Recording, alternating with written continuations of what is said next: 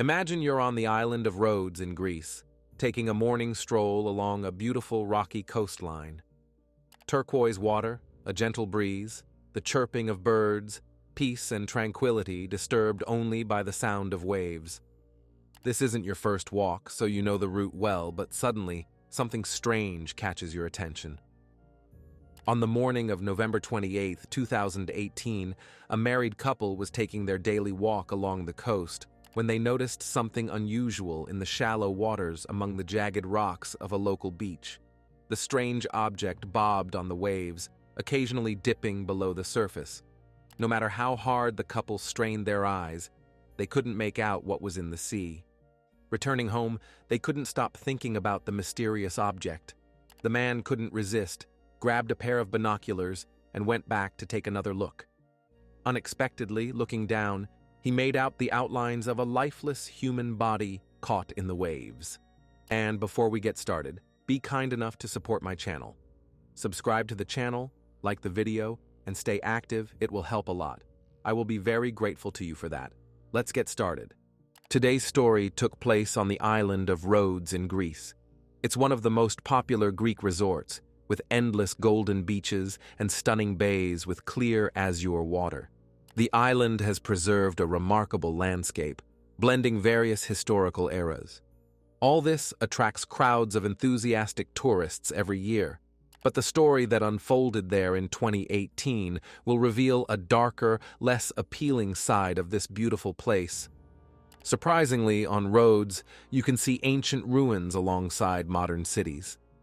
However, behind the facade of idyllic landscapes lie deep social issues, including widespread hostility, entrenched prejudices against women, and the struggle against xenophobia.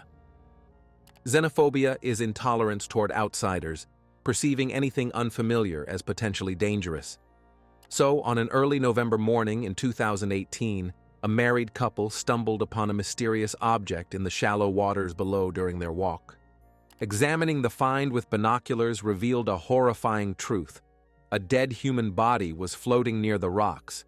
The police were immediately called to the scene.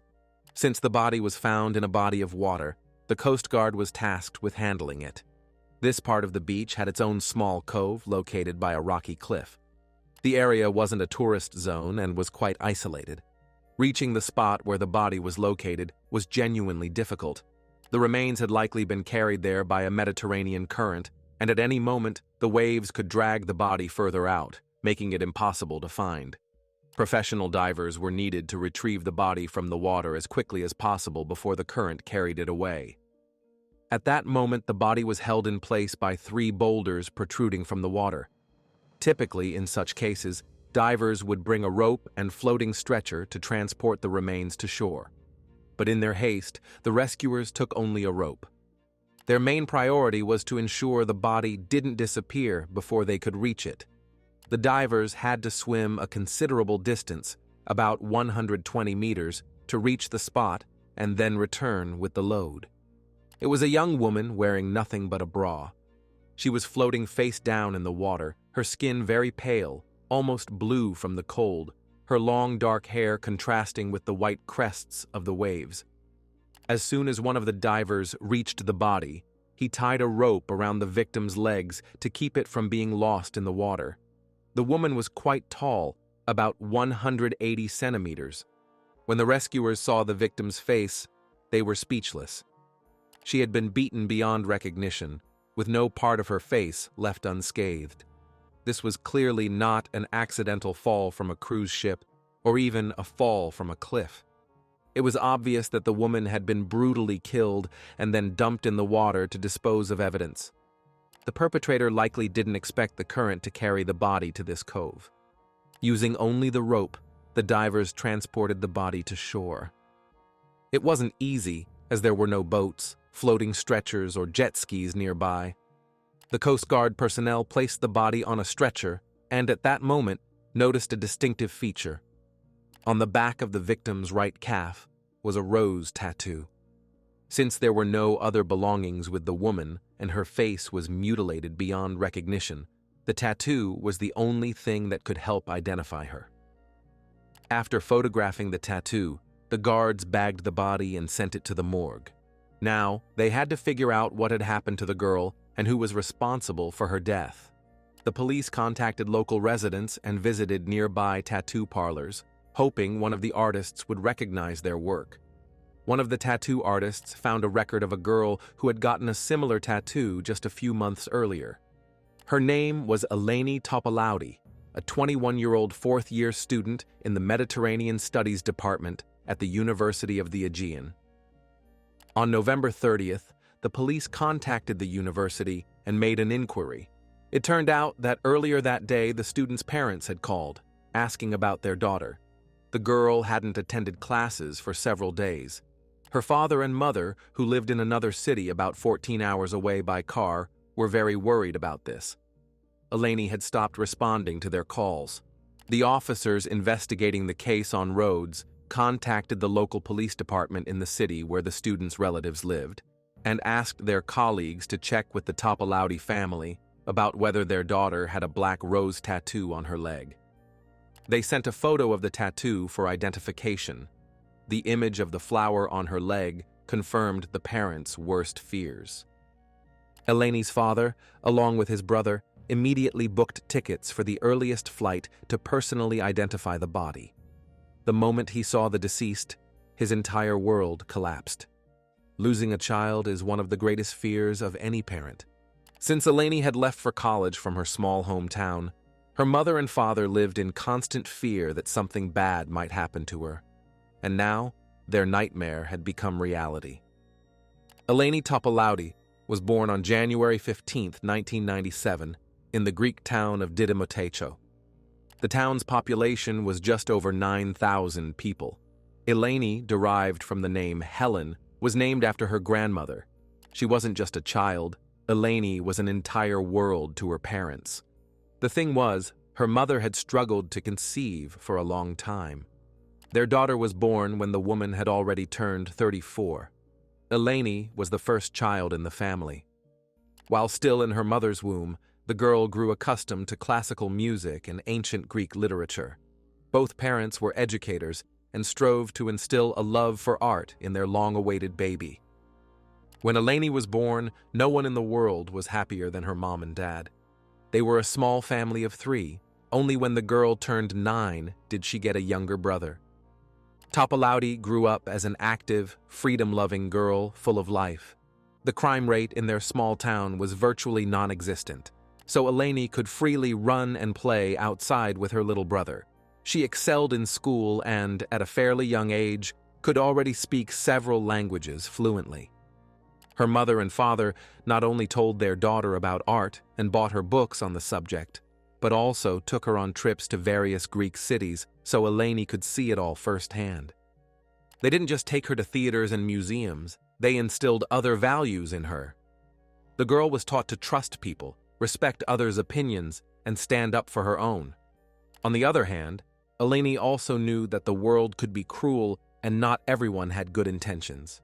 She desperately wanted to make a difference and become a kind of peacemaker. Ultimately, this led her to dream of becoming a diplomat, to officially represent her country's interests abroad and work on building trust with other nations. As a child, she traveled with her father to Jordan, where she taught Arabic for free as a volunteer. Now grown, she set more ambitious goals for herself. To pursue her chosen path, Eleni had to leave the comfort and safety of the small town where she grew up and head to a big city. She had never been apart from her family before, but after graduating high school in 2015, she packed her things and moved to the island of Rhodes to enroll in the University of the Aegean to study in the Mediterranean Studies Department. Her parents weren't thrilled about her plans and tried to dissuade her from such a big step, warning her about the dangers of the big city, but Eleni was determined to live life on her own terms. The department she enrolled in was one of the few in the world focused on studying the historical relationships between Greece and Mediterranean countries. It covered archaeology, linguistics, and international relations. This was Eleni's first step toward landing her dream job, so she took her studies very seriously. Her parents, of course, wanted to see her succeed. so they agreed to pay for her education so she could focus on gaining knowledge rather than financial concerns. The student dormitory was located in the center of the city of Rhodes. Compared to Eleni's hometown, this city was considered very large. For the freshmen, the unimaginable blend of beaches, resorts, ancient ruins, and old medieval streets was breathtaking. It was a bustling city with unique architecture. The population swelled even more during peak tourist season. For an 18-year-old girl from a small town, a new world was opening up, one she wanted to explore from every angle. Mentally transported to ancient Greece, Eleni wandered through narrow cobblestone streets surrounded by stone walls. She explored various historical sites, recalling mythology. But then her attention would be drawn to the modern part of the island of Rhodes, filled with lively restaurants, cafes, and shops. The city's nightlife was also a discovery for the student. She made many new friends. Her strong moral compass and kind nature attracted the attention of her peers. By day, she attended college classes, and in the evenings, she explored the city and embraced her independent adult life. By the time Eleni turned 20, she was ready to dive into romance. She started dating young men and going on dates. She wasn't looking for the one yet. She just wanted to feel her feminine allure. So, let's return to the investigation. Eleni's father and uncle flew to Rhodes to find out what had happened to their girl. The police managed to uncover some details about the victim's life. Her father said they spoke with their daughter several times a day. Her parents were aware of the events in their child's life. Every summer, they visited their daughter on the island, and during winter breaks, she usually came home. She already had a ticket booked for December 11th. The family was looking forward to seeing Eleni and was excited about the reunion, never imagining, even in their worst nightmares, how her time in the big city would end. The family fully covered their daughter's expenses, and her grandparents sent her money as a bonus for good grades. The last time her parents spoke with their daughter was on the evening of Monday, November 26th, 2 days before her lifeless body was found in the sea. The girl was very worried about her mother's health, as she had recently undergone surgery. But the next day, Eleni suddenly stopped answering calls. The voice on the line said the subscriber was unavailable. Her parents understood that their daughter might be busy and had simply turned off her phone to avoid being disturbed. But when 24 hours passed without any word from her, anxiety settled in their hearts. Her mom and dad left numerous voicemails asking her to call back, but they never got a response. As panic grew, the parents called a family friend living on Rhodes and asked him to check on their daughter's apartment to clarify the situation. The student wasn't home. The friend then went to the university and learned that Topaloudi hadn't attended classes for the past couple of days. All this time, the father tried to reassure his wife, insisting that if something bad had happened to their daughter, they would have been the first to know. Just in case, the parents contacted the local police department, where they were shown an image of a black rose tattoo and asked if their daughter had a similar one on her leg. Now the officers knew that on Monday, November 26th, the girl was still alive. In the bushes on the cliff from which passers-by had spotted the student's body floating below, detectives found several items: a sock, a piece of styrofoam, and something resembling a pillowcase or sheet with pink accents. Most likely, Eleni had been thrown off this very cliff, about 10 meters high. All the items found were sent for examination. On December 1st, officers, accompanied by the student's relatives, went to her home. It was a small studio apartment in the city center. On one side of the room was a bed, and on the other, a vanity table with a mirror, a dresser, and a small desk where the girl had left her laptop and a plate of cookies. In the sink of the tiny kitchen was a dirty cup with a spoon inside and an empty bowl. Clearly, Eleni had eaten dinner and sat at the computer to do her homework. Or perhaps she was messaging someone.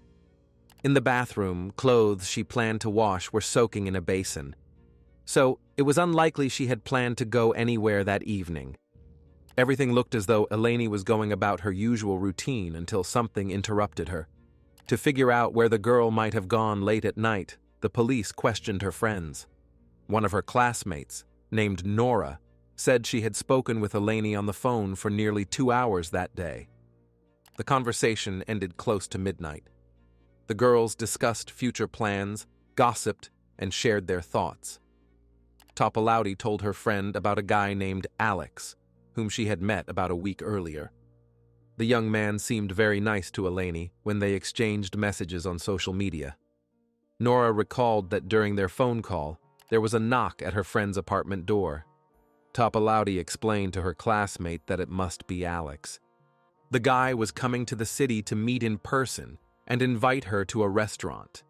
After that, Eleni quickly said goodbye and hung up.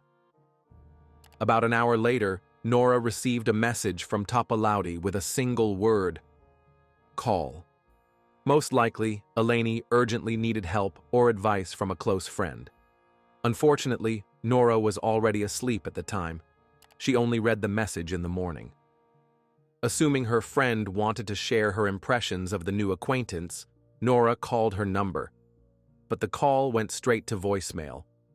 Upon learning this new information, the investigators decided to review footage from the surveillance cameras in the building where the deceased student lived.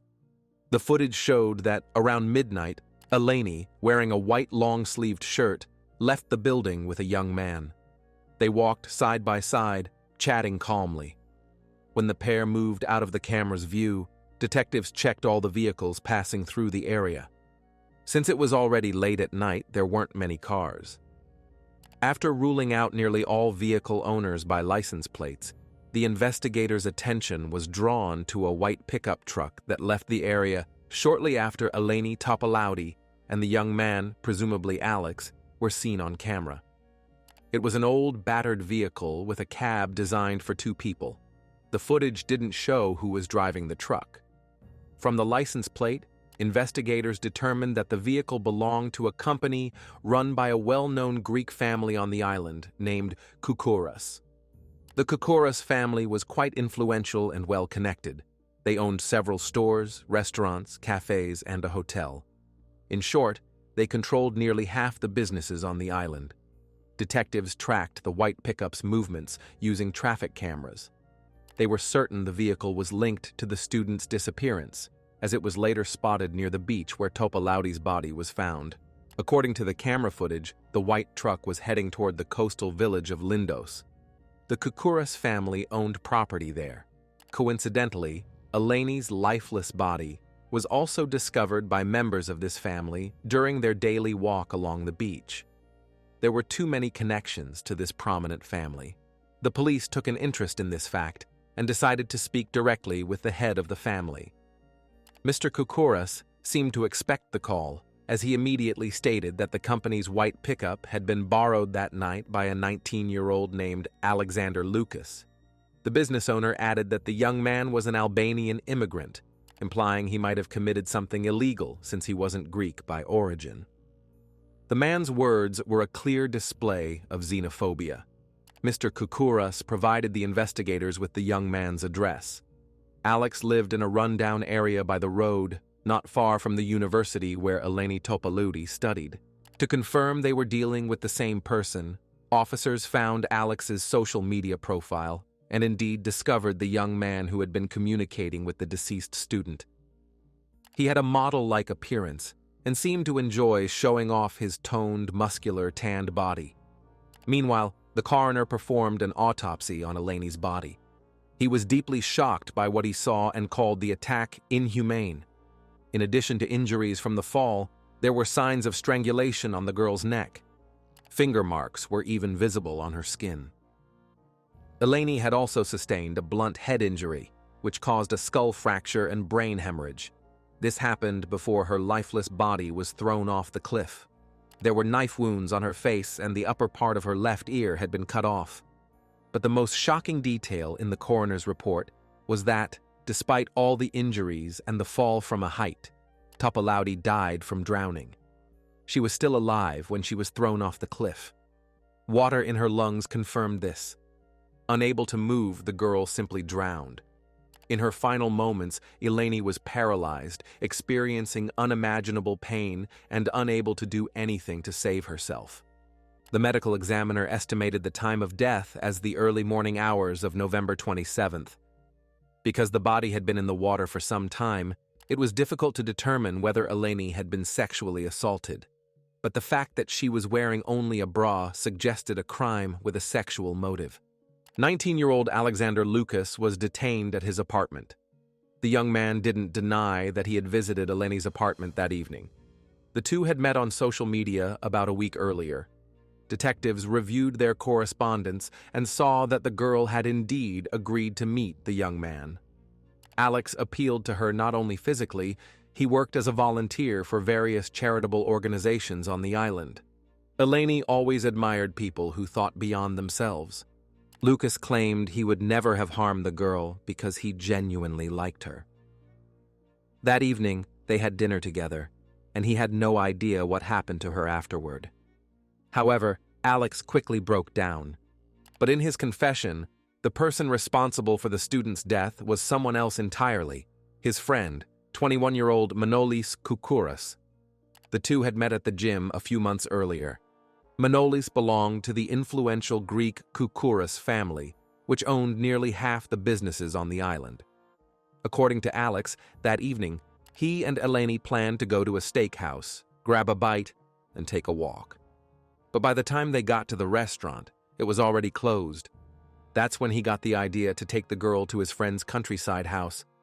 He said they'd pick up something to eat at a fast food restaurant on the way, and then have a small party on the house's rooftop, or just walk along the beach to get to know each other better. Eleni agreed, and they drove to the family's beach house in Lindos, owned by the Koukouras family. Everything was going great. The young people hung out, chatted, and drank. At some point, Alex and Eleni slipped away to one of the rooms to avoid kissing in front of their friend. It was very romantic until a drunken Manolis, shirtless and clearly intent on sexual activity, burst into the room. Koukouras declared it was his house, and he'd do whatever he wanted. He then tried to assault Eleni, but she resisted and expressed her desire to leave. Then a knife appeared from somewhere. Threatening to kill her, Manolis pinned the girl to the bed. He cut her face to stop her from struggling. However, Topaloudi wasn't about to give up. Her attempts to break free led Manolis to punch her in the face several times, causing her to go limp. Not so much from the blows as from the shock. She was clearly terrified, screaming and calling for help. Meanwhile, the homeowner tried to remove the girl's clothes. To silence Eleni, he grabbed her by the neck and slammed her head against the wall. Alex admitted he was scared of his friend. He had never seen him so angry before. All he did was shout and beg his friend to stop. But Alex's attempts to intervene only enraged Manolis further. He grabbed an electric iron from the floor near the bed, swung it, and intended to throw it at Alex. Instead, he hit Eleni in the head. The girl went limp and stopped moving. A few minutes later, Alex picked up his friend and carried her to the bathroom to wash the blood off her battered face. Topaloudi came to and demanded that the guys take her to a hospital immediately, or she would go to the police. Surprisingly, Manolis didn't resist and got behind the wheel of his truck. They placed the girl in the middle between the two friends. At some point, Alex noticed they were driving in the opposite direction from the city. After about 20 minutes, the vehicle stopped at the edge of a cliff.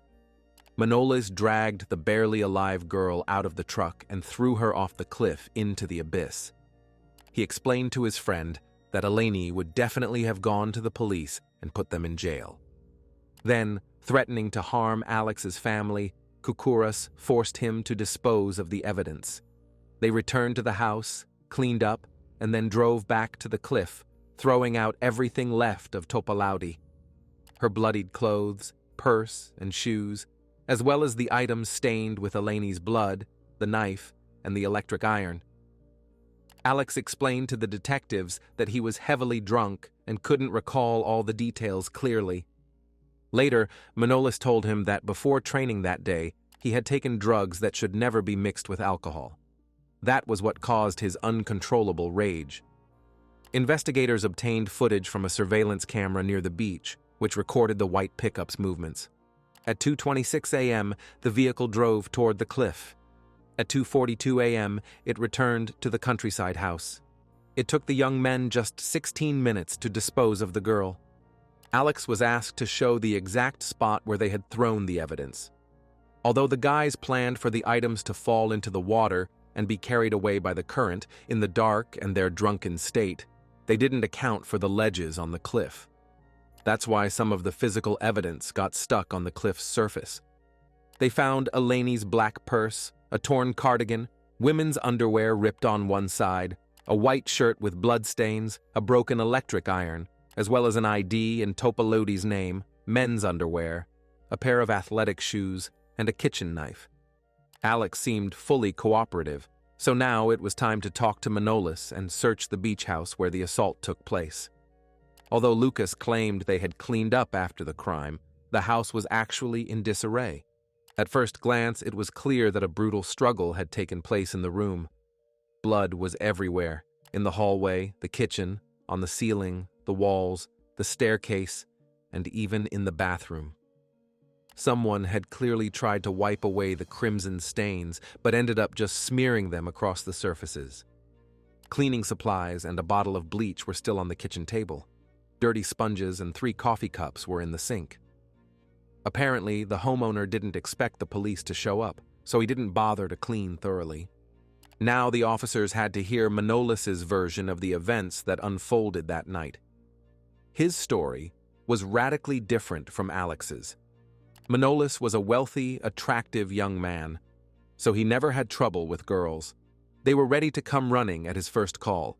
Plus, he had a steady girlfriend who was studying in England. He had met Alex 6 months earlier at a kickboxing training session. Manolis was Greek, while Alex was an Albanian immigrant. There couldn't have been anything in common between them. They had only hung out a couple of times. Alexander Lucas was poor, and girls didn't pay attention to him. He was a bad driver, didn't have nice things, and had nothing to offer a girlfriend. That evening, Manolis had arranged a date with Eleni, whom he had been talking to earlier, and asked Alex to pick her up in the company's truck. At the beach house, the friends had a few drinks, after which the homeowner slipped away with Eleni to the bedroom, where they made love. When it was over, Manolis left the room to get more drinks. Then he heard a commotion. Lucas and Topaloudi were arguing about something, and the verbal dispute escalated into a physical one. Alex punched the girl in the jaw, then grabbed her by the neck and threw her to the floor, causing her to hit her head and lose consciousness. Manolis was in a panic. He was frightened by Alex's erratic behavior and didn't know what to do. He froze in fear, so he did nothing to stop the assault, and later locked himself in another room to avoid seeing what the Albanian was doing. Manolis only heard muffled blows and the student's pleas for help, then everything went quiet. A few seconds later, he heard the sound of an engine outside. Manolis didn't know what to do. He feared for his life, so he didn't go to the police or report the assault.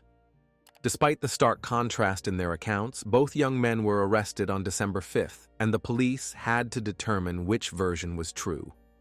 As soon as it was announced that the authorities were holding 2 men in custody on suspicion of the student's murder, the media began frantically offering opinions based solely on rumors.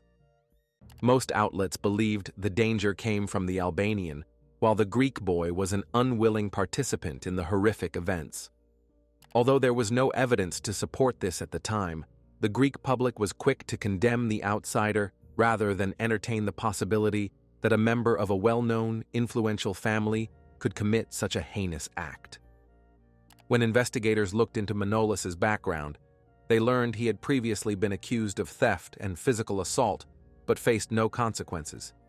Using money to resolve the issues and paying a fine, his parents now hired a prominent lawyer for their son and refused to comment on the situation. Meanwhile, friends and loved ones of the deceased gathered on the beach where Eleni's body was found. They lit candles in her memory and prayed for justice to be served. Whichever version was true, it was clear that Eleni hadn't expected to end up in the company of 2 young men.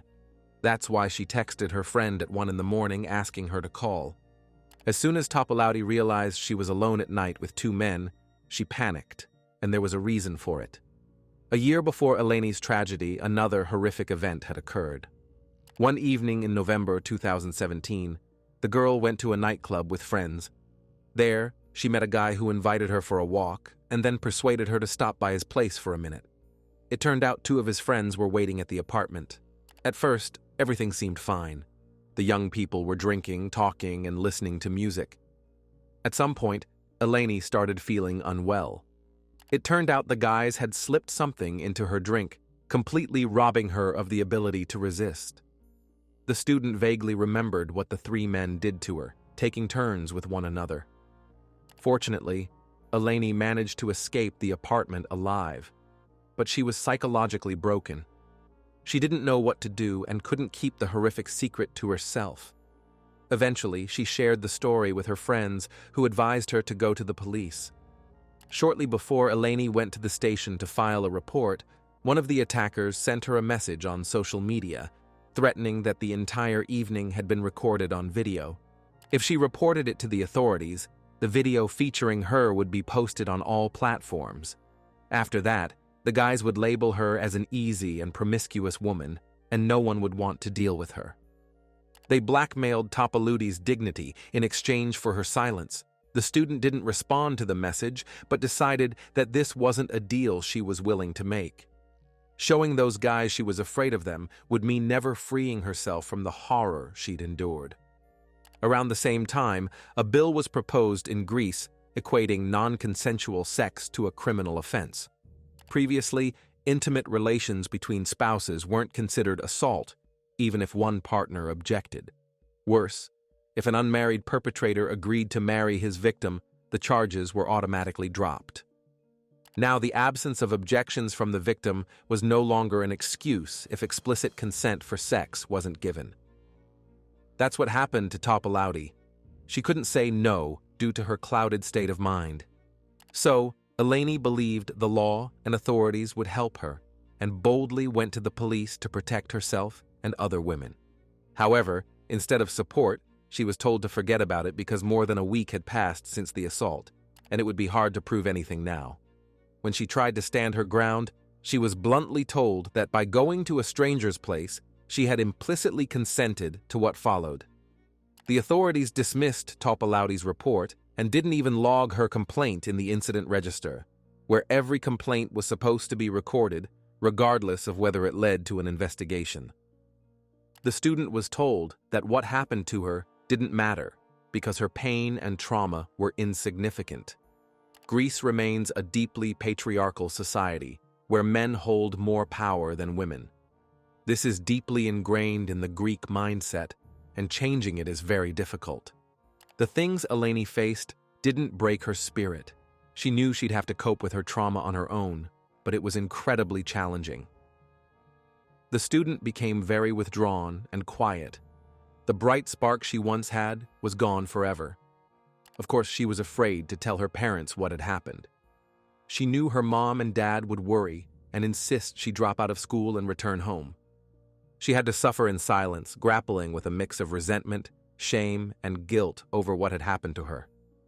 For an entire year, Eleni tried to deal with the situation. Her many friends and her studies helped her through it. The girl was determined to regain control of her life, and she succeeded. In November 2018, exactly a year later, Topaloudi felt ready to move forward and start dating again. But her very first date turned out to be her last. As the investigation progressed, it became clear that the three guys who assaulted Eleni in 2017, subjecting her to rape, were acquainted with Manolis and Alex. Their names were never disclosed in the media, but detectives suspected that the video they had recorded played a role in the tragedy.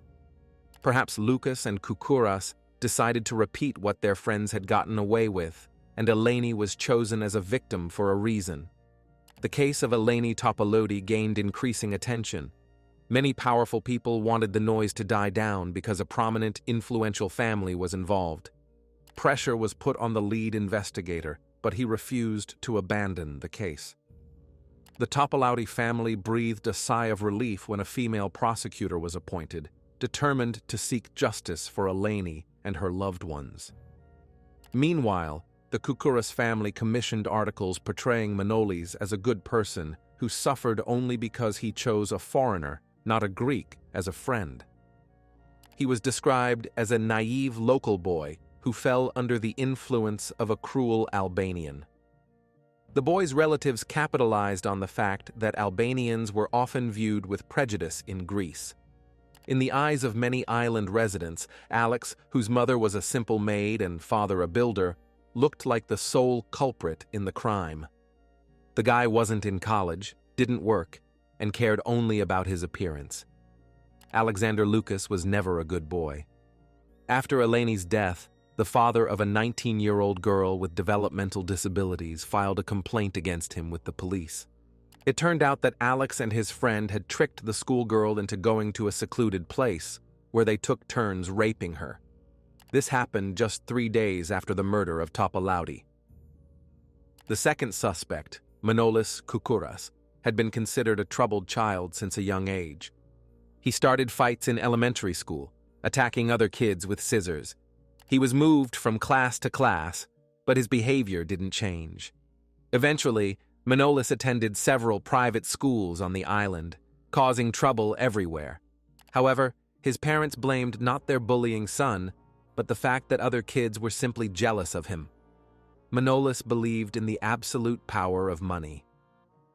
In June 2018, 5 months before Eleni's murder, the Koukouras family sued a world jiu-jitsu champion for injuries Manolis sustained while performing stunts on his motorcycle on the highway.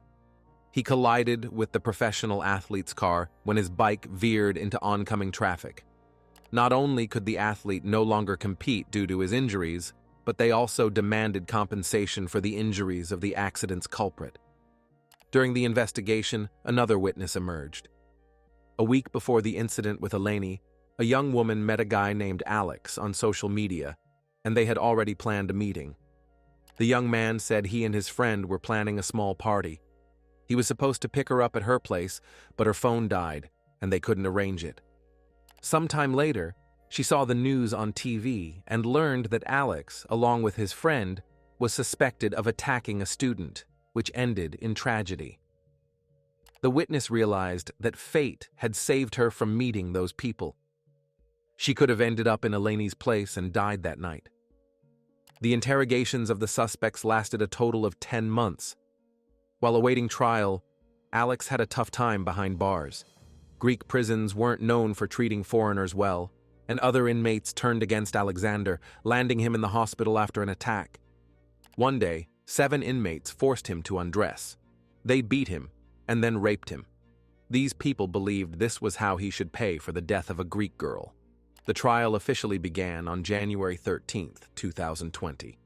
Before that, Manolis's defense team requested that the jury consist entirely of men, arguing that women couldn't judge impartially. The request was denied. In their testimonies, both defendants presented contradictory evidence, blaming each other. The Koukouras family even tried to pin the blame on Eleni, accusing her of having promiscuous relationships with men. Having taken the girl's life, they tried to destroy her reputation even after her death. The trial took place in an Athens jury court and lasted nearly 5 months. There were delays due to the pandemic. Both young men revealed their true natures. They smiled at each other and laughed during the proceedings. When it finally dawned on them that the evidence against them was irrefutable, Alex began sobbing uncontrollably, begging the court to believe he hadn't harmed Eleni. Manolis, on the other hand, acted more arrogantly, still hoping money could solve everything. Eleni's mother couldn't hold back, and, in her statement, warned the court that if the guys were acquitted, she would personally track them down on the street and kill them. Her daughter was her firstborn and the meaning of her life. These two monsters not only took Eleni's life, but also destroyed her entire family's lives. The court deemed the attack premeditated and found both defendants guilty of the crime. Since Topaloudi was a tall and strong girl, it's unlikely either of the guys could have overpowered her alone. It was clear they acted together, and the whole charade of shifting blame was staged to confuse the investigation. Manolis Koukouras and Alexander Loukas were found guilty by a unanimous jury decision and sentenced to life imprisonment, with Alex receiving an additional 15 years for the rape of a girl with developmental disabilities. The brutality of the crime against Eleni Topaloudi sparked a strong reaction from numerous feminist movements and human rights organizations in Greece. Eleni's case became a starting point for a series of discussions about the true scale of this issue in the country. In 2021, the mayor of Eleni's hometown named a street in her honor and erected a beautiful monument in her memory. Greek rock musician Foivos Delivorias dedicated a song to Eleni. All this shows that her death was not in vain. May her story reach far beyond Greece and serve as a lesson for young girls. If you have finished watching, you are a real fan of true crime. Subscribe to the channel, turn on the bell notifications, and put the like. See you in the next video.